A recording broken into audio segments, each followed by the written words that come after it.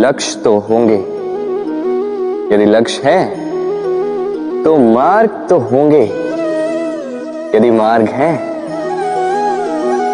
तो बाधाएं तो आएंगी। और इसी पर निर्धारित है कि हम जीवन में सफल होंगे या असफल, यश के भागी होंगे या तिरस्कार के। मान लीजिए आपको एक कार्य करना, आपको पर्वत पर चढ़ना। अब मार्ग के फिसलन आपको कई बार गिराए, चट्टानें आपको कई बार चोट दें। अब ऐसे में करेंगे क्या? सामान्य व्यक्ति चुनता है प्रतिकार, उस पर्वत को ही नष्ट कर देने का विचार करता है, उसकी नींव को ही खोद देने का विचार करता,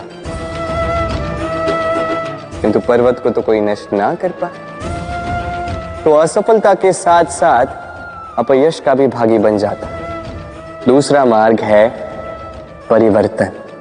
यदि आप उस पर्वत को खोदने के स्थान पर उस पर सीढ़ियां बना दें तो आप भी उस पर्वत पर चढ़ सकते हैं, कोई और भी उस पर्वत पर चढ़ सकता है, आने वाली पीढ़ी भी उस पर चढ़ सकती है, और यही आने वाली पीढ़ी सदा आपका यश गाएगी। इसलिए जीवन में प्रतिकार नहीं, परिवर्तन चुन, बदला नहीं, बदलाव चुन। आपकी ये बाधा आपकी मित्र बन जाएगी। राधे राधे। संसार में सबसे अधिक पवित्र माना जाता है गंगा जल को। कभी सोचा है क्यों? क्योंकि गंगा जल का आविर्भाव ही शुद्ध होता है, उसका जन्म शुद्ध होता है, जहां से उसका प्रारंभ होता है वो शुद्ध होता है। और प्रारंभ का शुद्ध होना अति आवश्यक है। हमारे जीवन में प्रारंभ होता है हमारे विचार से। अपने विचार शुद्ध रखें, क्योंकि इन विचारों से बनते हैं आपके शब्द। आपके शब्द शुद्ध रखें, क्योंकि इन शब्दों से आपके कार्य संपादित होते हैं। आपके कार्य शुद्ध रखें, क्योंकि ये कार्य बनाते हैं आपका स्वभाव। स्वभाव से बनती हैं आपकी आदतें, और आदतों से बनता है आपका चरित्र। और ये चरित्र संसार के समक्ष आदर्श के रूप में आता है। तो विचार से आदर्श तक की यात्रा शुभ तभी होगी जब आपके विचार शुभ होंगे। तो इस संसार में, इस जीवन में आपके विचार शुभ रखें, शुद्ध रखें। आपका मन प्रसन्न होकर बोलेगा राधे राधे।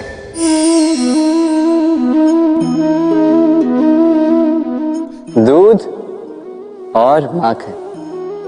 यदि मैं आपसे पूछूं कि इन दोनों में संबंध क्या है, आप कहेंगे सरल सी बात है, दूध से ही तो माखन बनता है। यदि मैं आपसे पूछूं कि इन दोनों में अंतर क्या है, तो कोई कहेगा एक तरल है तो दूसरा ठोस, कोई कहेगा एक जनक है तो दूसरी संतान। नहीं, इन दोनों में अंतर है शुद्धता का। माखन दूध से कहीं अधिक शुद्ध होता है। इस बात को कुछ इस प्रकार समझा जा सकता है। यदि कोई कीट आकर उस पात्र में गिरे जिसमें दूध गिरा है, तो आप क्या करते हैं? आप दूध को फेंक देते हैं। किंतु यदि कोई कीट आकर उस पात्र में गिरे जिसमें माखन रखा गया, तो आप क्या करते हैं? आप उस कीट को निकाल कर फेंक देते हैं। ये कीट मैला, ये कीट दूषित है। और यदि हमारा मन निर्मल ना हो, तो ये कीट हमारे मन को भी दूषित कर देगा, उसे मैला कर देगा। किंतु यदि हमारा मन माखन की भांति शुद्ध हुआ, तो कुविचार को स्वयं से जाना होगा। स्मरण रखिएगा, इस संसार में कीट तो रहेंगे, अब दूध बनना है या माखन,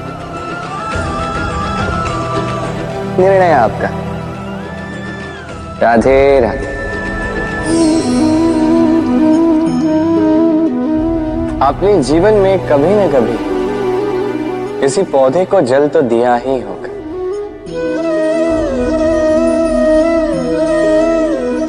कभी मन में ये प्रश्न नहीं आया कि हम पौधे के पत्तों को, पुष्पों को, डालियों को, उन्हें तो हम कभी पानी नहीं देते, फिर भी कैसे उन तक पानी पहुंचता, फिर भी कैसे वो जीवित रहते। आप कहेंगे सरल सी बात है, ये कैसा प्रश्न पूछ रहे हैं। जड़ को पानी दो तो वो पौधे के अंग अंग तक अवश्य ही पहुंचे, है ना। कुछ इसी प्रकार होते हैं हमारे कर्म, हमारा प्रेम। यदि निश्चल भाव से कर्म करोगे, सेवा करोगे, तो किसी न किसी रूप में स्वतः परमात्मा तक पहुंचेगा ही। आत्मा के भीतर से प्रेम करोगे, स्वतः छलकेगा ही और दुगना लौट कर भी आएगा, इस पौधे की छाव की भांति। तो मन और आत्मा से कर्म करें, मन और आत्मा से प्रेम करें, आनंद ही आनंद होगा। राधे राधे। इसे कौन नहीं पहचानता, ये है रोटी। यही तो है वो कारण जिसके लिए मनुष्य दिन रात कड़ा परिश्रम करता है। ऐसे देखा जाए, यदि ये रोटी यूं ही मिल जाती तो मनुष्य कदाचित कुछ कार्य ही नहीं करता, कष्ट नहीं करता, जीवन में परिश्रम ही नहीं करता। वैसे एक बात तो है कि रोटी केवल भूख ही नहीं मिटाती, जीवन की बड़ी सी बड़ी सीख दे जाती। अब तनिक सोचिए कि रोटी आपको स्वादिष्ट केवल तभी लगेगी, कि रोटी आपके स्वास्थ्य के लिए अच्छी केवल तभी होगी जब ये दोनों ओर से ठीक से सेकी जाएगी, है ना। हमारे जीवन में संबंध भी कुछ इसी प्रकार होते हैं। यदि दोनों ओर से अच्छे से निभाए जाए तभी आपको आनंद देते। इसलिए केवल पानी के लिए आतुर ना रहे, लौटाने में भी विश्वास रखें। क्योंकि जब एक संबंध में दोनों ओर से प्रेम होगा, दोनों ओर से करुणा होगी, कुछ करने की चाह होगी, तभी वो संबंध आपको जीवन में आनंद देगा। तो जब जब रोटी खाएं, स्मरण करें कि आपको आपके संबंधों को भी इसी प्रकार मधुर बनाना है। मन प्रसन्न होकर बोलेगा, राधे राधे। वर्षा में कई बार आपने इंद्रधनुष देखा होगा, सतरंगा, मन भाव। पहला प्रश्न, ये इंद्रधनुष बनता कैसे? होता यूं है कि जब वर्षा की बूंदों से प्रकाश होकर निकलता है, तब वो अपने वास्तविक 7 रंगों में विघटित हो जाता है और तब हम इस इंद्रधनुष को देख पाते हैं। दूसरा प्रश्न, ये इंद्रधनुष वर्षा की बूंदों से ही क्यों बनता है? कारण है शुद्धता। वर्षा की बूंदें शुद्ध होती हैं, आकाश से धरती की ओर गिरती हैं, किंतु स्वयं के लिए नहीं, धरती की प्यास बुझाने के लिए। और इसीलिए तो प्रकाश जैसी वेगवान तरंगों को विघटित कर जाती है, उसकी वास्तविकता सामने लाती है।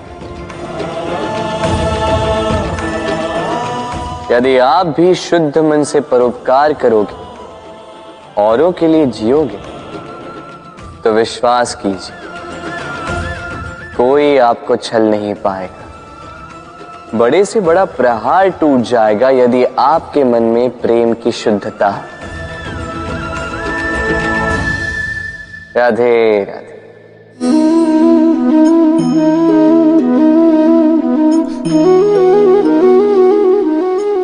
आइए, आज आपको एक कहानी सुनाता।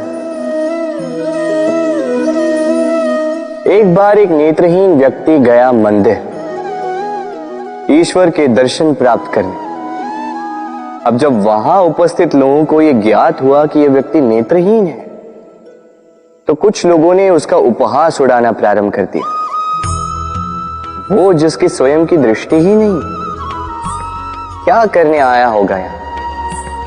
कदाचित ईश्वर से शिकायत करने आया होगा कि क्यों आपने मुझसे मेरी दृष्टि छीन ली। किंतु इन सभी बातों से उस नेत्रहीन व्यक्ति ने स्वयं को पीड़ित नहीं होने दिया।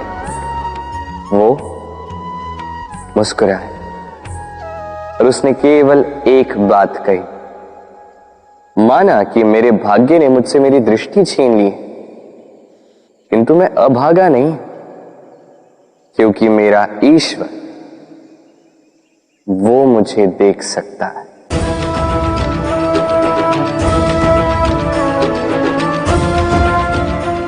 स्मरण रखिएगा, दृष्टि नहीं दृष्टिकोण आवश्यक है।